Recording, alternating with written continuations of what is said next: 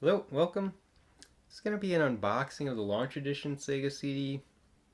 I did something similar for the Master System and Genesis, and hardly anyone watched those videos, so I thought, well, I should do another one. Well, I like doing them. Being a big Sega fan, I'm doing a whole week of Sega coverage because the blog, which is what started this, and then the channel, started as a video game ad scan project, and I've been posting ads alphabetically by publisher. And after a little over 2 years, I've reached Sega in the alphabet. And so I have a lot of Sega ads, and I wanted to spread them out throughout the week and do other Sega stuff as well. So, doing a Sega CD video today, and in a couple days after I post this, I will be posting a 32X video. That will be probably the worst video of them all because it's the 32X and there's not a lot to see. In any case, here's the Sega CD. This is the launch edition. It had this big yellow and red thing printed in the corner, letting everyone know this is new and you're getting a whole lot of software with it. They don't make it too clear you need the Genesis. I mean, it does say CD-ROM system for Genesis, and in smaller print, Sega Genesis system required. But I think it still would have been better to put something big and bold. You have to have a Genesis or this will not work. You can't do anything without the Genesis because the original Sega CD, I mean, all the Sega CDs need a Genesis, but the later models had at least a button to pop open the tray, but this tray is electronic and there are no buttons on the Sega CD, so you need to use the reset button in the gamepad to open and close the tray and launch games and whatever else. So this cost $299.99 when it released October 15th, 1992 in North America. I specifically got my first job to buy this, and I don't regret it. I like the Sega CD. I don't own a lot of games for it, but I do own some good ones. One in particular, so I'll show later a few games I own. But it is pretty cool. It was expensive though. I was in high school at the time. My job was at Kmart, holiday help. I wasn't there very long, but long enough to earn $300, getting paid $4 and a little bit of change, I believe, per hour. They do have the tech specs up here, really small print, probably can't read them too well. I think it's pretty similar to the Genesis. It's another Motorola 68,000 processor, this one at 12.5 megahertz. And a whole lot of other details that I'm not going to read that whole list. And the back of the box, it's a picture of the Sega CD with then drawings of a Genesis and some speakers and a TV. Just pointing out it has great sound quality and pictures of games you can play, but these aren't the games that are included. And I did cut out a proof of purchase here, the barcode. I think it was to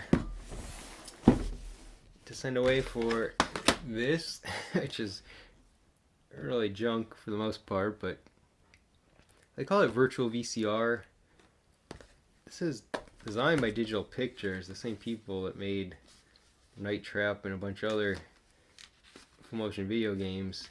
I don't recall a lot about this. My Sega CD unfortunately is not playing discs right now, so I can't demo much. There will be at the end of this video, toward the end, recording of what you see on the screen when you turn on the Sega CD. It does power on, so you can see basically the Sega logo and the Sega CD logo dancing around the screen to some sweet music with Earth and the moon in the background. But this, yeah, I put it in my computer and it didn't really do anything but played one very brief audio thing. I don't even know what they were saying. So I think it's just music with some images to it, which the Sega CD does come with what they call CD plus G music sampler, which is CD plus graphics. Although this I think is a little different in that it's calling it virtual VCR, but it's just 6 music tracks with some images, I believe.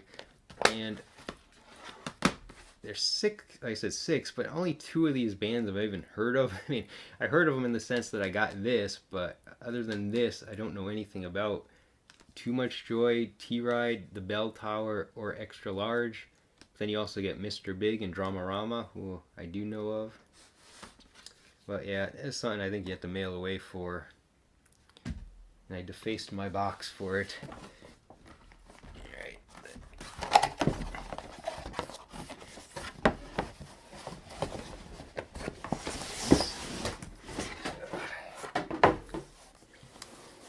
So this is what it looks like. A bunch of cardboard. And the software is right here on top. I'm pretty sure I packaged it almost exactly like it was packaged. But I don't know if it's perfect. But most things have a slot. So what you get a lot of software like that. So I think that's one of the, I don't know what to call it, the best thing about this Sega CD, but you don't get a lot of software with consoles anymore. Some nothing at all. I don't know really why they do that. With digital games, you think they'd include at least some digital credit, download a game when you buy a console. They're so expensive. I mean, this at $300 is quite expensive too for the time, I guess, because when you look at it now, I mean, you can buy a PlayStation 4 for less than that. So yeah, it was expensive, but at least you got a lot of software to try it out with. So Sherlock Holmes, you can see under here, there is a newspaper that came with it as well. This is the manual in the game. This is that disc, and then the back side, it's upside down because the way these cases work. The other disc is for Genesis games ported to the Sega CD with some differences. To me, the main noticeable thing is the audio is different. I watched a video a while back of somebody that described all the differences in quite a bit of detail. If I can find that video, I'll link it in the video description because it's worth watching if you're interested in the software. If you're fans of these games, Streets of Rage, Revenge of Shinobi, Columns, and Golden Axe, and maybe you have them on cartridge but not Sega CD, you can see what all the differences are. And Sherlock Holmes is on other platforms too. I think DOS and maybe the TurboGrafx CD also had it. It's just like a detective game, of course, Sherlock Holmes with full motion video clips. I don't think I ever finished it. And here's the manual to the Genesis games. Well, I call them Genesis games. I guess they're Sega CD games in this case, but it has all the manual, like pretty much what you'd get with the cartridges. And they're pretty good games. It's a good selection. I mean, especially if you didn't own them when I got the Sega CD, I already owned 3 of these games on the Genesis, so it's kind of just a repeat with better audio to me.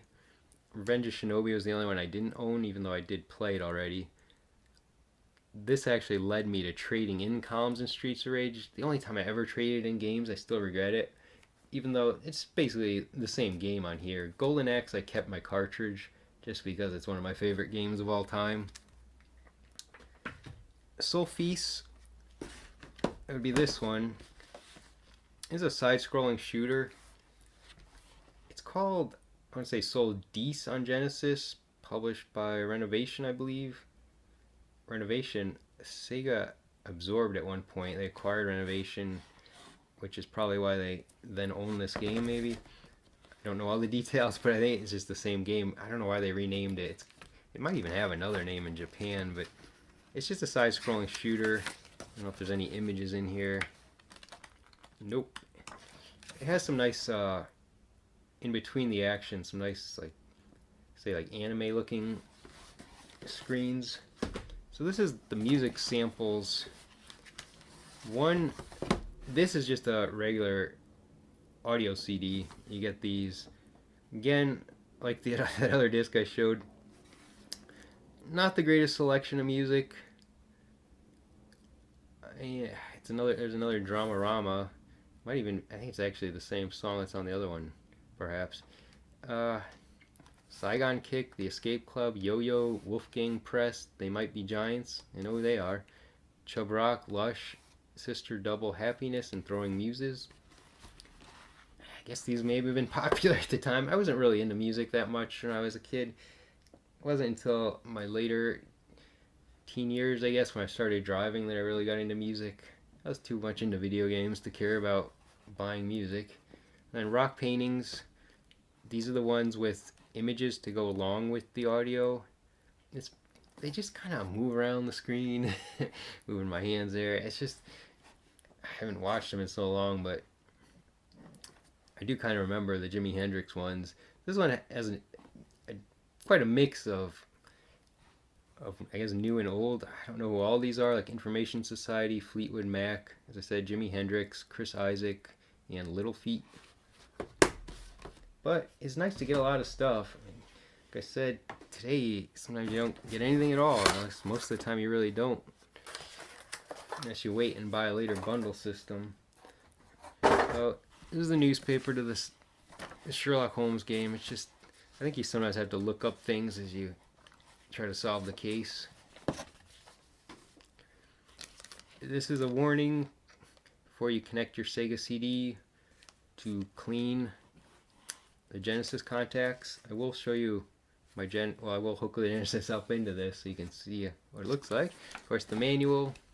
I scanned a couple pages I thought were worth looking at, but I didn't scan this whole manual. So you know, check out the blog post if you want to read a few pages. You can see photos of everything. So this piece here goes on the bottom of the Genesis. I think these are just the metal things are all kind of grounding objects. This is the AC adapter. Another big block of the Genesis. It's actually the exact same Genesis AC as the same adapter as the Genesis. This is an audio cable for use with the Sega Genesis Model 1. Let me just pull it in here, I guess. I'm going to show it again when I plug it in. So, this is the one that has stereo sound. You plug it in here, and then this plugs into the, I'm not sure how I got it backwards, but one end goes into the Sega CD and one into the Genesis to give you stereo audio. I think that may be, I don't know if it impacts the Genesis games at all. Probably not, because you have to have the, if you have a cartridge in the Genesis, it doesn't turn on the Sega CD, it goes right to the Genesis. And then this metal piece kind of goes here.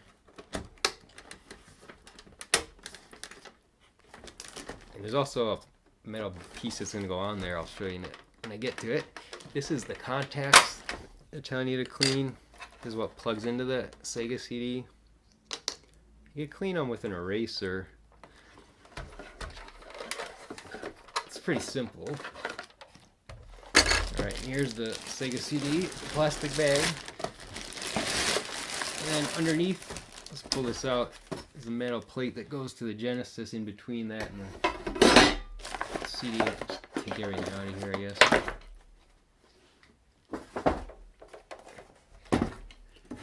So there is some wear on the top of it. It's just because from the Genesis, just sliding on it scrapes it a bit. And there's not much to it. Genesis plugs in right here. The back has a few ports. The mixing cable that I just showed you plugs into the Genesis. 2 audio ports that go out to your TV, and then the AC adapter. And that's really it. Of course, this is just the model number and Sega number, if you need to call them. And the front, you got 2 things here that blink, a ready light that's green and an access light that's red, and then the tray that pops out. So then for the Genesis, just to remove that screw, I'm not going to do that right now. See if I can get this right. Well, since the screw has to go over here, right? I got myself so confused. Hey, I have this upside down. That would be why. Hey, I think that's it. Yeah, so these go right here, and it slides on. You take the screw out first, screw that in, and then you can see the grooves here. Everything's just gonna sit nicely in there. And there you go. It's a nice fit. As long as you have the Model 1 Genesis and the Model 1 Sega CD, they fit nicely together. You can use, I believe, the other versions of Genesis and CDs together, but they don't look nice. I mean, the Model 2 Genesis looks good with the Model 2 CD. Well, it sits next to it. It doesn't sit on top of it like this.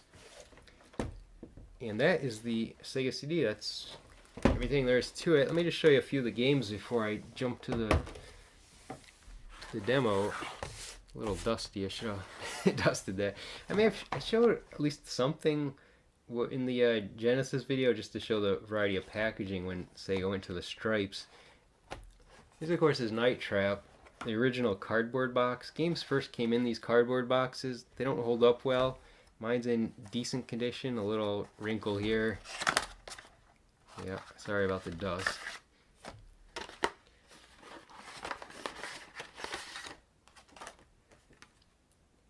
Yeah, here's an offer. I don't know if this was part of that thing I got. I guess this is more of a contest. See, this just has it in our jewel case. A couple discs. But most games come in this style case. And this is the holy grail, essentially, of the Sega CD, I guess. Probably. I don't know. It's the only game I have that I think is still worth playing. So my Sega CD is not functioning, but I really only need it to function for this. This is Snatcher, of course, from Konami. Basically in mint condition. I mean, the case is scratched out. It can easily change to another one, but this is probably the most valuable game I own. See some screenshots in the manual. It's not color though. Oh, it's also a little comic.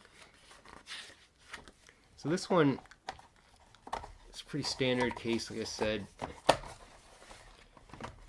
But it has the white stripes, I guess, that make it different. White and blue rather than a dark blue and a lighter blue. Rise of the Dragon, another good adventure game. This one from Dynamics.